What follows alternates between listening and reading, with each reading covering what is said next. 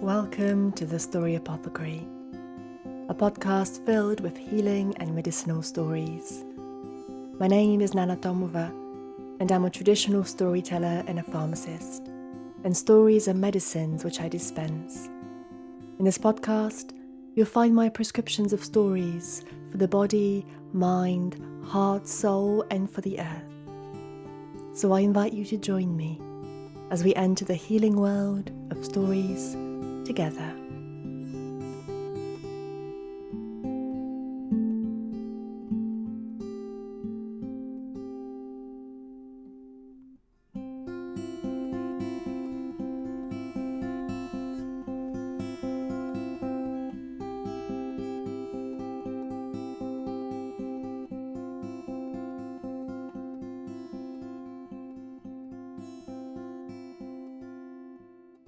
Hello and welcome. It's been a funny old summer. I don't know where you're listening from, but it's been very hot. Very hot. Apart from in Scotland, where it's been a Scottish summer, I think. Cool, rainy, cloudy. We've had the forest burn for quite a long time.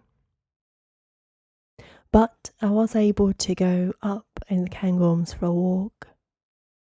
A sort of walk that makes every part of you ache afterwards.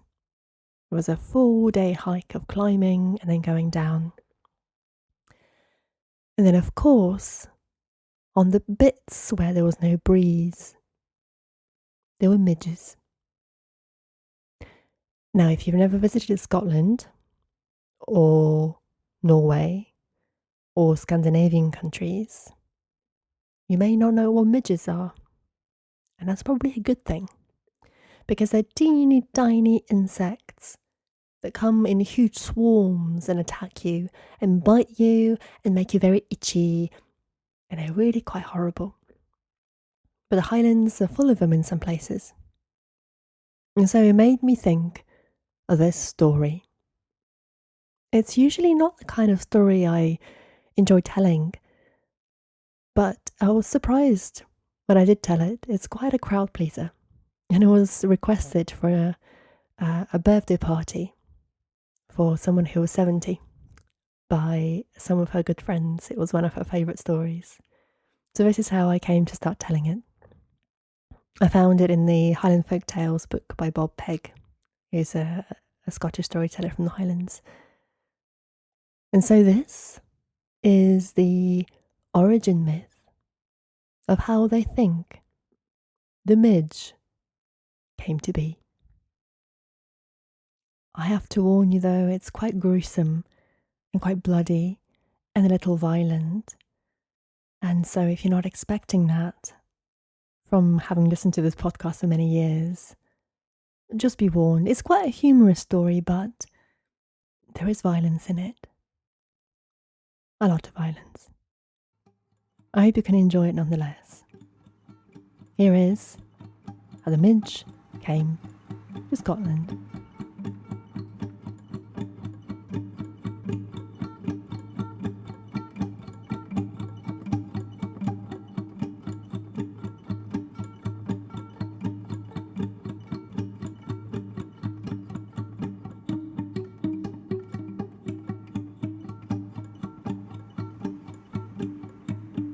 A long time ago, perhaps at the dawn of time, if not then thousands of years ago, Norway was full of giants. Oh, there were many giants. They lived peacefully most of the time. And they looked very different. There was very large giants and slightly smaller giants, and some with red hair and some with black hair, and well, they were varied as you and I are varied. But occasionally, there was a troublemaker. Oh, yes, there was the brawl that happened from time to time. You know, nobody can live in peace forever. Absolute peace, without even an argument breaking out. And it's normal for arguments to break out, fights occasionally. And, sometimes women giants took a shine to some humans, and that didn't really go very well, mainly because of the height difference, as you can imagine. But otherwise, well, it was peaceful, apart from this one giant troublemaker. And this giant was called Thrim. He hated humans. He despised humans. He could think of nothing good about them. He thought and he dreamt of all the terrible things he could do to humans. And it gave him a great sense of pleasure, a joy. You could almost feel the bile inside him boil, and he liked it. He lived high up in the mountain for a long time. And, for many hundreds of years, he caused no trouble. But as time passed, something in him broke, and his hatred grew so intense that he began walking down the mountains, through towns, through villages, through dwellings, and started killing people. He started beheading them, taking their heads off, and then drinking their blood. He started twisting the limbs that way and that. He took real pleasure to hear the screaming of human children and human adults. And his skin and bone and flesh was tossed, but the insides he rather enjoyed.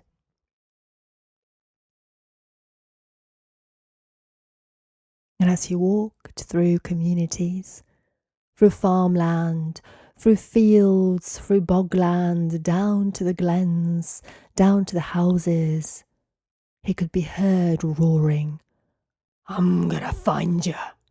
I'm gonna catch you. I'm gonna eat you." And of course, this behavior was so intolerable, both to humans who were so afraid, who couldn't sleep properly, who wouldn't let their children out their houses, who lived in utter terror, and the giants, who wanted to live in peace. This was not acceptable to them. They didn't want to have a bad name because of this Thrim. And so the giants held a council. And during this council, it was voted that Thrim will be expelled from Norway. And so he was. He couldn't relent. And so he went walking south. He thought that, well, he'll just follow humans wherever they may be. They tasted the same. And so he ended up in a place called Scotland. The North Sea wasn't quite as deep as it is now, and Thrim could easily walk through the waters. And as he walked through the waters, he could be heard saying his usual phrases. "I'm gonna find ya. I'm gonna catch ya. I'm gonna eat ya." And after some days walking, the giant Thrim reached Shetland.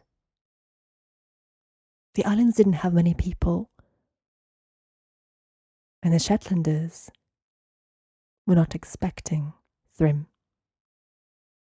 To be fair, most of the inhabitants of Shetland were trolls.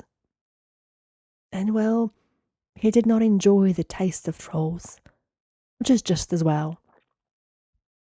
And so he went further down. He avoided Fair Isle. There were more trolls. But then he went to Orkney.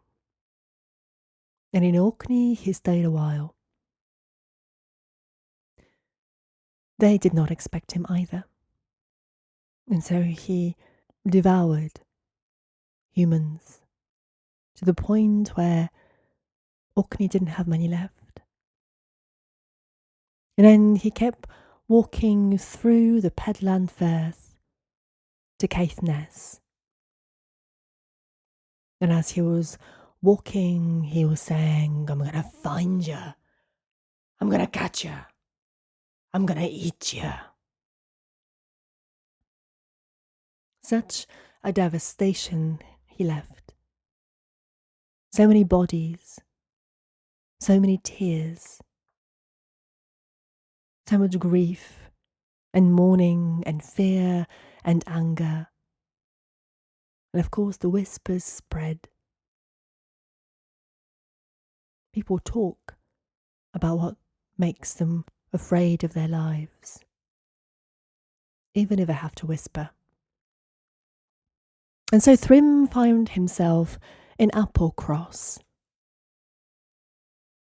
And then he went up a giant mountain called Sgur Ughrahain, a big conical hill, but they were waiting for him.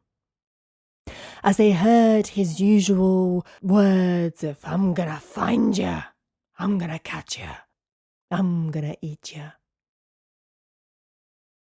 You see, for weeks, the villagers had been preparing for his arrival. And so this is what they did. They dug a very broad and deep pit where the Applecross campsite is today. Many pine trees were felled and set at the bottom of the pit, and then they were sharpened into long, pointy, sharp stakes. And then the naughty children of Applecross were all gathered and told to do their worst. And they were sent up the mountain, Skurahurehain, and then they began to goad, and then they began to shout, and they began to tease, and the worst words that were banned at home, they were allowed to use there, so they were having a great time. And they called the giant all manner of things, until he became disgruntled. And then they started running. And the giants now, the blood inside of him boiling out of irritation and anger, began to chase after them. As they ran down the hill, the giant was after them each step, and as he ran, his big legs the size of tree trunks slammed against the earth, and all of the houses, all of the trees, all of the forests shook. And the people of Applecross watched from the sidelines. What the giant didn't know is that they had stretched a tripwire across the path just before the stake pit. And Thrim never even saw the wire. He was so tall and he was looking ahead. He was looking towards the horizon. He was not looking down at his feet. His ankles hit the wire. He flew up into the air, did a couple of somersaults, 1, 2, 3, and then went down to the pit where he was impaled on the stakes. It was a terrible sight. I don't need to tell you, I'm sure you can imagine it. But there was no outcry. Really, the cries that could be heard were one of joy and celebration. For when someone has caused you so much suffering, when there has been so much fear, you can do the worst and then celebrate. It is easy to meet the lack of humanity with lack of humanity. And it is easy to do harm when harm has been done upon you. That is human nature. And of course, this is what they did. Well, they saved their families.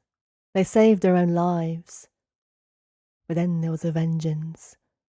And they enjoyed it, and the enjoyment of the vengeance, their bloods boiled just the same way as it had done in Thrim. And so giant and people, in that instant, were very much alike. And then the people came forth with knives and hacksaws and hatchets and chainsaws and all manner of things, and they used them on Thrim's body. His body did not look like a body by the time but they had finished. It was the tiniest pieces in that huge great pit. And then the people of Applecross went to the inn, where they drank deep and long into their pint glasses and their drams of whiskey, and they cheered and celebrated and talked all manner of things about how glad they were and whose idea it was to do this, and the children were laughing and running around, and it was such a great merriment that by the time they went back to their houses, they couldn't walk in a straight line, and then they fell into a deep slumber and started snoring until dawn. But then, what they did not know was going to happened.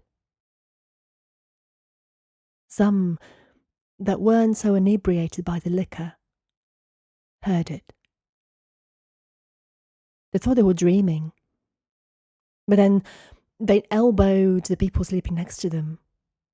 And indeed, it was true. They could hear it from across the meadows to where the great pit was. "I'm gonna find you. I'm gonna catch you. I'm gonna eat you." What? But surely Thrim was dead. They had been there. They had seen his body no longer his body. They all ran from their houses as soon as the sun came out of the horizons, and there was no doubt that the flesh of Thrim, the tiny pieces, were in fact alive. They were moving and vibrating and speaking, shouting, menacing, "I'm gonna find you, I'm gonna catch you, I'm gonna eat you." The folk of Applecross, they gathered as much as kindling and dried seaweed and kelp as they could find, and then they made a great big fire. They watched the fire burn, and as the smell of burning flesh covered the area, they were convinced that they had done a good job. Surely nothing would escape now. And so what did? They went back to the inn for many more pints, many more rounds, much celebration. What a relief. They had done well. And then after much drinking, they went home in squiggly lines and began to snore in their beds. And then the ones that had keen ears indeed heard it again. "I'm gonna find you. I'm gonna catch you. I'm gonna eat you." But no, this time it was slightly different. This time the voice was the same, but slightly more high-pitched. "We're gonna find you. We're gonna catch you. We're gonna eat you." Who's we? Thought the residents of Applecross. And they ran back to the pit to find an awful thing. Tiny specks of ash were flying into the air like swarms, and each piece of ash was speaking. Each piece of ash was calling. Each piece of ash was decreeing, "And we're gonna find you. We're gonna catch you. We're gonna eat you." And the ash cloud went further and further and higher towards all the people of Applecross and beyond. And they began to run. They began to run as quickly as they could, pursued by this awful, vicious horde, which was, well, all it wanted to do was find them and eat them. These, my friends, were the very first Highland midges. And although they began life as parts of a giant Thrim, they began life in Applecross, they quickly spread down to the west, to the islands, even down south, even in many parts of Scotland. And so when you go walking and you feel them upon your skin. Hundreds of little, tiny, unwelcome visitors swarms around you. No matter how much quickly you run, they will find you. They'll catch you. And they will eat you. So don't forget your midge spray when you go and enjoy the beautiful Scottish countryside.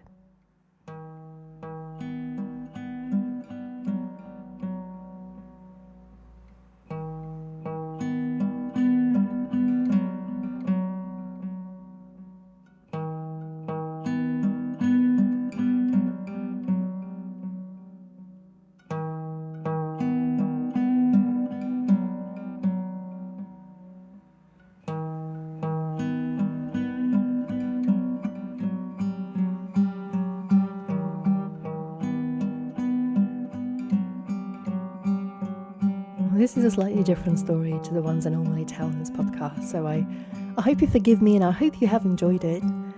It's got a very different energy and it's quite cheeky and, well, a bit gory, a bit vicious. Mostly light-hearted. But of course in every story there are some elements of truth. How people react to being oppressed. How much patience someone has before they crack and turn. The ways people deal with adversity. All of those things are in here in this quite funny but quite gory Scottish tale. Laughter and humour are sometimes needed to make sense of terrible things. It's one of the things that we do as humans. We laugh at the most inappropriate places. And sometimes laughter reaches deep, dark humour that can be found in many places where there is hardship and suffering. It's there for a reason. And so for stories like these, which makes us laugh and giggle and makes us feel quite uncomfortable, there's something running underneath. I'm sure we can think of at least 2 or 3 people in the world that remind us of the giant Thrim. There's truth in stories. Sometimes things are disguised. I hope you enjoy the rest of the summer, and I hope that for you it does stay midge-free. And may we have sun and rain, both in moderation. And I hope the last few days before the weather turns and the leaves go golden and bronze are beautiful, and you feel recharged, ready to welcome the turn of the seasons. And I will see you next month. Have a good few weeks.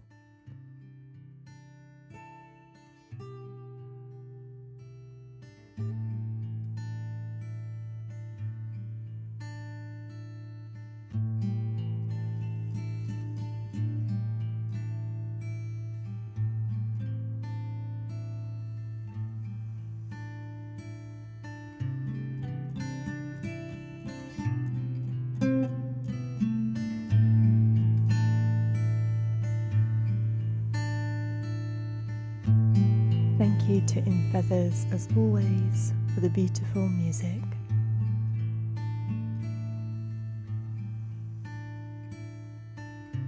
Thank you for choosing to spend a wee while listening to this tale. I hope that you carry it with you like a treasure in your pocket. And I look forward to seeing you soon next month for the beautiful few weeks. And come again, and maybe bring a friend. See you soon. Go well. Goodbye for now.